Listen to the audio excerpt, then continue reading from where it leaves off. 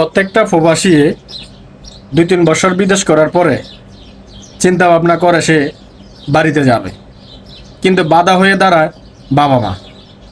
এখন বলতে পারেন যে ভাই, বাবা মা কেন বাধা হয়ে দাঁড়ায়?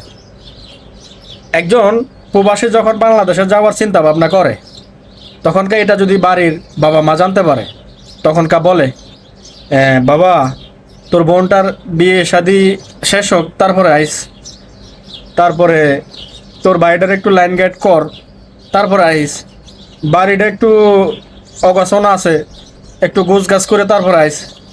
এই বাবা মা এই সমস্ত প্যারাগুলা এই প্রবাসীদেরকে দিতে থাকে। এর প্রবাসী তখনকেই মানে তার বাড়িতে যাওয়ার স্বপ্ন ভেঙে যায়।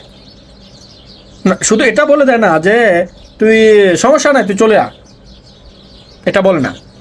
মানে তাকে ডাইরেক্টলি বলে না যে তুই বাংলাদেশে আসিস না, তারে ঘুরে ফিসে অনেক কথা বলে যে এই করা লাগবে, এই করা লাগবে, ওই করা লাগবে, মানে তুই বিদেশ থেকে আসিস না, দেশে আসার তোর দরকার নাই। এটা তারা অন্যভাবে কথা দিয়ে বোঝায়। কিছু বুঝছেন?